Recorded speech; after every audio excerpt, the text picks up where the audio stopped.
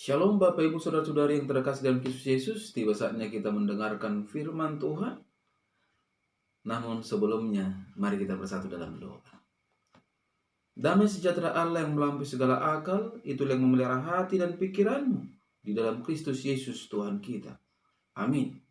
Saudara yang terkasih dalam Kristus Yesus, di minggu ke-9 setelah Trinitatis ini, firman Tuhan yang menjadi khotbah terangkat dari kitab Kolose pasal yang ketiga ayat 22 sampai ayat yang ke-25. Demikian firman-Nya. Hai hamba-hamba, taatilah Tuhanmu yang di dunia ini dalam segala hal.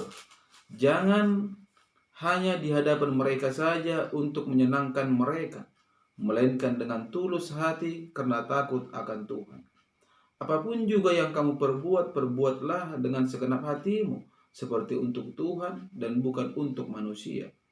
Kamu tahu bahwa dari Tuhanlah kamu akan menerima bagian yang ditentukan bagimu sebagai upah. Kristus adalah Tuhan dan kamu hambanya. Barang siapa berbuat kesalahan, ia akan menanggung kesalahannya itu, karena Tuhan tidak memandang orang. Sampai jatuh firman Tuhan.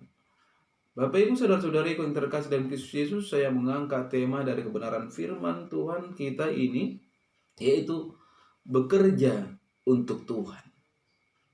Saudara yang terkasih, kalau kita memperhatikan perikop ini sangat jelas apa yang dibahas, yaitu tentang bagaimana sikap seorang hamba kepada tuannya atau majikannya. Yaitu hamba harus taat, ini yang pertama. Yang kedua, bekerja dengan tulus hati seperti untuk Tuhan. Saudaraku yang terkasih dalam Kristus Yesus, kalau kita melihat apa itu definisi dari hamba, di dalam bahasa Yunaninya itu dikatakan doulos, yaitu seorang abdi atau budak belian. Kalau di dalam bahasa Ibrani itu dikatakan ebed, artinya orang yang sedang berada dalam status sebagai pelayan atau budak. Tugas utama hamba adalah melakukan pekerjaan menurut kehendak tuannya, saudara-saudara. Seorang yang memiliki sikap penyerahan secara utuh untuk diatur oleh si tuan. Seorang hamba tidak berhak lagi atas kehendak pribadinya, melainkan menjadi milik sepenuhnya bagi tuannya. Saudara yang terkasih dalam Kristus Yesus, Rasul Paulus menulis surat ini bukan dengan maksud mendukung sistem perbudakan, melainkan ia hendak memberi nasihat kepada para hamba, pekerja, buruh, atau karyawan, bagaimana mereka harus bersikap ketika berada dalam dunia pekerjaannya. Seorang hamba, apapun pekerjaannya, wajib mengerjakan tugas yang dipercayakan kepadanya sebaik mungkin dan penuh tanggung jawab dengan menaati peraturan yang ada. Namun sering dijumpai saudara-saudara, ada banyak orang Kristen yang tidak bisa menjadi kesaksian yang baik di tempat di mana ia bekerja. Karena apa? Karena kinerjanya jauh di bawah rata-rata. Tidak taat kepada aturan yang berlaku. Bermalas-malasan saudara-saudara. Bahkan ada yang asal-asal, biasa-biasa saja. Dikatakan firman Tuhan, hai hamba-hamba, taatilah Tuhanmu yang di dunia ini dalam segala hal. Kata taat dimaksudkan memberi diri untuk tunduk sebagai sikap hormat dari dasar hati yang terdalam. Bukan kepura-puraan atau sebatas menyenangkan pimpinan serta bos. Sebab ada banyak pekerja yang pura-pura giat bekerja saat ada pimpinan saja. Begitu pimpinan tidak ada di tempat, secepat itu pula mereka berubah. Saudara-saudara yang terkasih dalam Kristus Yesus, Alkitab mengajarkan kepada kita untuk taat dengan tulus hati, didasari takut akan Tuhan, bukan takut kepada manusia. Orang lain mungkin saja tidak tahu apa yang kita kerjakan, Tetapi perlu kita pahami dan ketahui bahwa tidak ada suatu makhluk pun yang tersembunyi di hadapannya.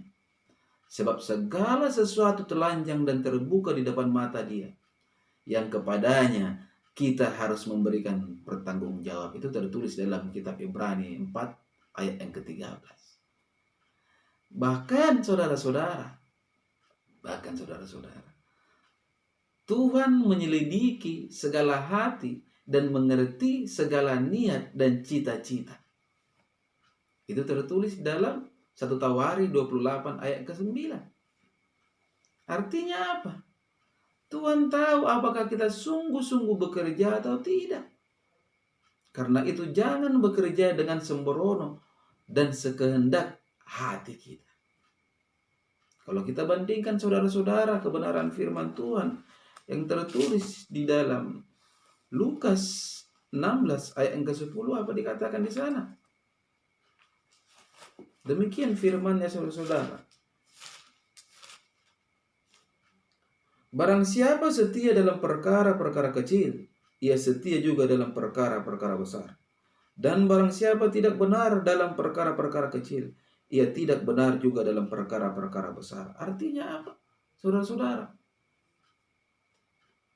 ketika kita setia dalam perkara-perkara kecil,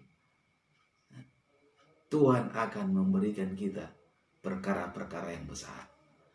Karena kita juga akan setia di dalam hal perkara-perkara yang besar. Apapun juga yang kamu perbuat, perbuatlah dengan segenap hatimu seperti untuk Tuhan. Ada perbedaan saudara-saudara yang sangat mendasar antara melakukan apa yang kita cintai dengan mencintai apa yang kita lakukan. Sekali lagi saya bacakan. Ada perbedaan yang sangat mendasar antara melakukan apa yang kita cintai dengan mencintai apa yang kita lakukan. Kita terbiasa saudara-saudara untuk melakukan apa yang kita cintai. Sebaliknya kita begitu sulit untuk mencintai apa yang kita lakukan. Melakukan apa yang kita cintai tentu bukanlah hal yang sukar untuk dilakukan. Misalnya,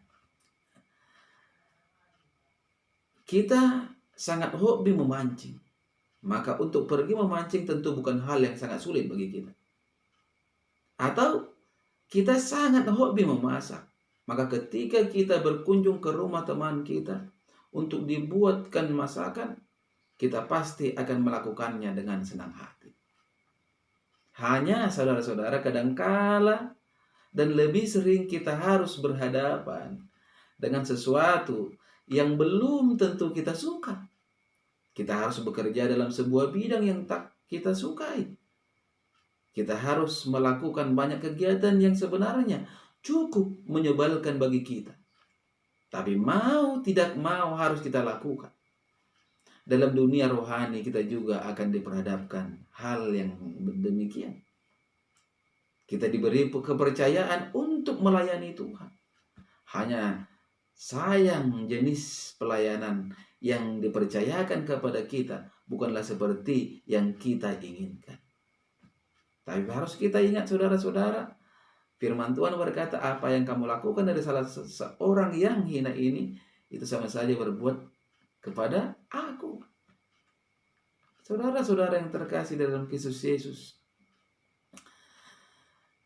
kita ingin tampil di depan mimbar, tapi kita justru diperintahkan untuk tampil di depan pintu sebagai penerima tamu. Ini sering terjadi. Kita ingin pelayan khotbah, tetapi pimpinan rohani justru menempatkan kita dalam bidang pelayanan yang sederhana, seperti mengatur kursi, mengedarkan kantong kolekte, atau melakukan hal-hal lain yang kita sangat meremehkan. Bukankah situasi-situasi seperti ini saudara-saudara sering kita alami di dalam perjalanan hidup ini? Lalu apa yang harusnya kita lakukan sebagai anak-anak Tuhan? Sebab selaku kita yang mengatakan diri orang percaya kepada Kristus Yesus. Tak hanya melakukan apa yang kita cintai, tapi juga mencintai apa yang kita lakukan. Kalau kita belajar mencintai setiap pekerjaan atau hal apapun yang harus kita lakukan, maka kegiatan itu tak lagi menjengkelkan kita. Sebaliknya, lambat laun atau cepat, kita akan menemukan kepuasan dari apa yang kita lakukan itu. Pekerjaan yang kita lakukan akan memberikan berkat kepada kita, karena pekerjaan itu sudah mencintai kita. Saudara yang terkasih, apapun status pekerjaan kita, ingatlah, pekerjaan itu adalah anugerah Tuhan. Artinya, semakin besar pekerjaan kita, besar pula lah anugerah yang diberikan Tuhan kepada kita. Melakukan pekerjaan adalah kesempatan yang Tuhan berikan untuk melayani Tuhan dengan baik. Saudara, ingat, ketika kita setia di dalam hal perkara-perkara yang kecil, kita akan diberikan Tuhan perkara-perkara berkat yang besar. Amin. Kita bersatu dalam doa. Terima kasih Bapa di surga untuk kebenaran dari firman-Mu ini. Biarlah Tuhan, setiap pribadi yang mendengarkannya mampu menjadi pribadi-pribadi yang terberkati. Mampu bekerja Tuhan, tidak asal-asalan, tidak biasa-biasa saja, tetapi selalu berbuat yang terbaik, karena setiap pekerjaan Tuhan itu hanyalah tertuju kepada Tuhan. Meteraikan kebenaran firman-Mu ini Tuhan melekat dalam kehidupan setiap pendengar, setiap anak-anak-Mu dimanapun berada. Dalam nama Kristus Yesus kami berdoa dan mengucap syukur. Amin. Shalom buat kita semua.